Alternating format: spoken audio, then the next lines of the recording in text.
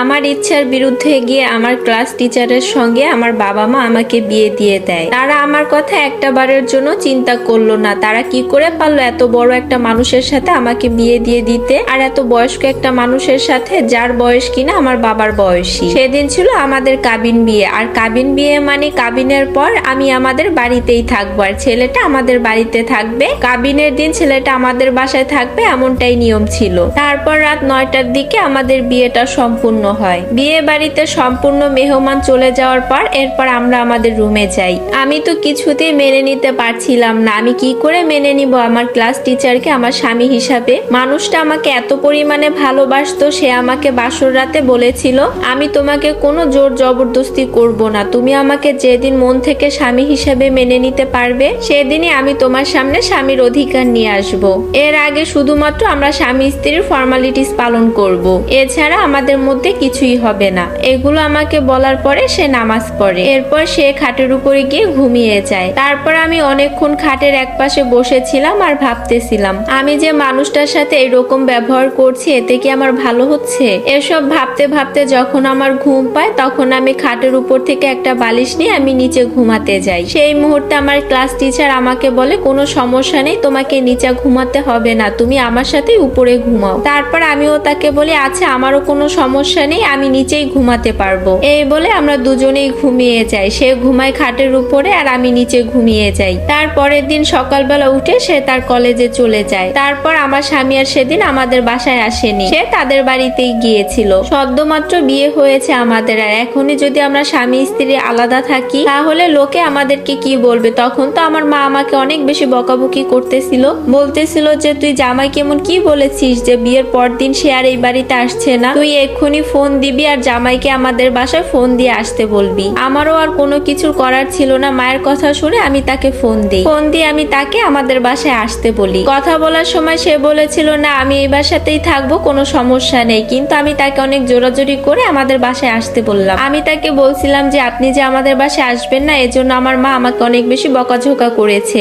এ কথাটা শোনা মাত্রই আমার স্বামী সেদিন রাত 12টার দিকে আমাদের বাসায় আসে। তারপর আমরা রাতের খাওয়া দাওয়া করে ঘুমিয়ে যাই। ঠিক এভাবেই কেটে গেল আমাদের বিবাহিত জীবনের কয়েকটা দিন। আমরা ঘরের মধ্যে দুজন আলাদা থাকতাম, কিন্তু বাহিরের সবার সামনে এমন আচরণ করতাম যেন একজন আরেকজনকে চোখে হারাই। কেন জানি না এই স্বামী স্ত্রী খেলা খেলতে খেলতে আমি একদিন লোকটাকে ভালোবেসে ফেললাম। যদিও মন থেকে মেনে নিতে পারিনি আমি, কিন্তু এখনো আমরা আলাদাই ঘুমাই। তারপরে ওই লোকটা যদি আমার কাছ থেকে একটু দূরে থাকতো তাহলে আমার অনেক বেশি খারাপ লাগতো। এভাবেই কেটে গেল আমাদের বিবাহিত জীবনের 2টা মাস। তারপর আমার শ্বশুর বাড়িতে থেকে আমার শ্বশুর শাশুড়ি এবং সবাই মিলে বলল যে এখন নাকি আমাকে তারা তাদের বাড়িতে নিয়ে যাবে। তাই ছোটখাটো একটা অনুষ্ঠান করে তারা তাদের বাড়িতে আমাকে নিয়ে যায়। আমি যেদিন আমার শ্বশুর বাড়িতে গিয়েছিলাম সেদিন দেখলাম আমার যত দেবর আছে এবং আমার স্বামীর যত ছোট ছোট ভাইরা আছে সবাই মিলে আমার জন্য বাসর ঘর সাজাচ্ছে। এটা দেখে আমার মনে হচ্ছিল আজকে যেন আমাদের নতুন বিয়ে হচ্ছে।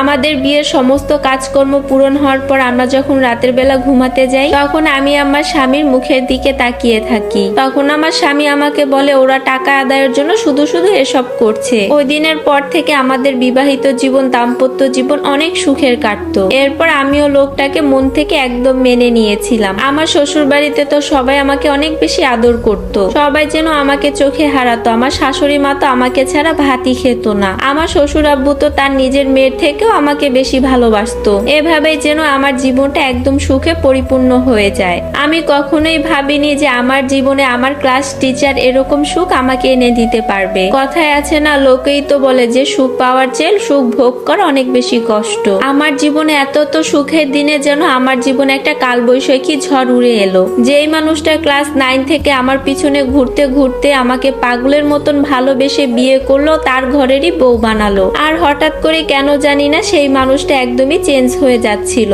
আমি যখন আমার শ্বশুর বাড়ি থেকে আমার বাবার বাড়িতে যেতে চাইতাম তখন সে আমাকে বলতো, তুমি যদি তোমার বাবার বাড়িতে যাও তাহলে তোমাকে ছাড়া আমার একদমই ভালো লাগে না, তোমাকে ছাড়া একটা দিনও আমি থাকতে পারবো না। আর সেই মানুষটাই এখন আমাকে বাবার বাড়িতে কিছুদিনের জন্য মাঝে মাঝেই রেখে আসে। আমি যখন আমার বাবার বাড়িতে গিয়েছিলাম তখন আমি টেস্ট করে জানতে পারি আমি মা হতে চলেছি। আর এই কথাটা জানা মাত্র আমি যে এত পরিমাণে খুশি হয়েছি, আমি ভেবেছিলাম আমার স্বামীকে জানানো মাত্রই যেন সে অনেক খুশিতে আত্মহারা হয়ে যাবে। আমি মনে মনে কতই না ভেবেছিলাম এবার যদি আমি আমার আমার শ্বশুর বাড়িতে যাই তাহলে আমি আমার স্বামীকে এই কথাটা জানাবো। তুমি বাবা হতে চলেছো, কিন্তু এই কথাটা যেন আমার স্বামীকে আর বলাই হলো না। সকালবেলায় দেখি আমার ফোনে একটা ফোন আসে আমার শ্বশুর বাড়ি থেকে। আমার শ্বশুর আব্বু আমাকে বলতেছিল, বৌমা আমার ছেলেটা আর পৃথিবীতে নেই। আমি এই কথাটা শোনা মাত্রই আমি আমার শ্বশুরকে বলছিলাম, আব্বু আপনি কি আমার সাথে ইয়ার্কি করছেন নাকি? তখন পাশ থেকে আমার শাশুড়ি, আমার ননদ, আমার দেবর সবাই মিলে কান্না করছিল। তখন আমার 1 মিনিটের জন্য আর বুঝতে বাকি রইল না যে আমার স্বামী আর এই পৃথিবীতে বেঁচে নেই। তখন আমার হাত থেকে ফোনটা পড়ে যায় আর আমি চিৎকার করে উঠি। আর আমার মা এসে আমাকে ধরে। তারপর বাবা মায়ের সাথে আমি আমার শ্বশুর বাড়িতে যাই। শ্বশুর বাড়িতে গিয়ে দেখি আমার স্বামীর মরা দেহটা উঠোনে পড়ে আছে। সে নাকি রাতের বেলা ব্রেন স্ট্রোক করে মারা গেছে। আর আমার স্বামী নাকি আগে থেকে অনেক অসুস্থ ছিল, যার কারণে সে আমাকে ইদানিং ভালোবাসতো না। সে যেন আমার মন থেকে একদমই বের হয়ে যেতে পারে, এজন্যই নাকি সে আমাকে দূরে দূরে রাখতো। আর এই কথাগুলো আমার শাশুড়ি মা কান্না করছিল আর আমাকে বলছিল, কারণ আমার শ্বশুর বাড়ির সবাই জানতো যে আমার স্বামী আগে থেকেই অসুস্থ, কিন্তু তাকে দেখে কখনোই বোঝা যেত না যে ভিতরে ভিতরে সে এতটা অসুস্থ ছিল। আমার স্বামী নাকি এর আগেও 2 বার ব্রেন স্ট্রোক করেছে। আল্লাহর অশেষ রহমতে নাকি সে 2 বারই সুস্থ হয়ে বাড়িতে ফিরেছে, কিন্তু এইবার আর তার ফেরা হলো না। মানুষটা আমাকে প্রচন্ড পরিমাণে ভালোবেসে আমাকে একা করে দিয়ে চলে গেল। সবাই আমার জন্য দোয়া করবেন, আমি যেন ধৈর্য ধরতে পারি।